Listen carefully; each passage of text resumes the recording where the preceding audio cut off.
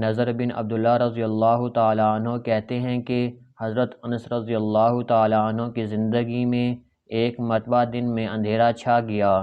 میں حضرت انس رضی اللہ تعالیٰ عنہ کی خدمت میں حاضر ہوا اور عرض کیا کہ حضور اکرم صلی اللہ علیہ وآلہ وسلم کے زمانہ میں بھی اس قسم کی چیزیں پیش آتی تھیں۔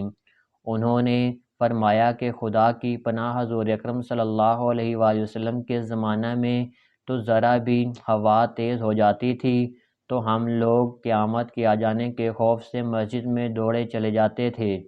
ایک دوسرے صحابی ابو درداء رضی اللہ تعالیٰ عنہ فرماتے ہیں کہ حضور اکرم صلی اللہ علیہ وآلہ وسلم کا معمول تھا کہ جب آندھی چلتی تو حضور اکرم صلی اللہ علیہ وآلہ وسلم گھبرائے ہوئے مسجد میں تشریف لے جاتے۔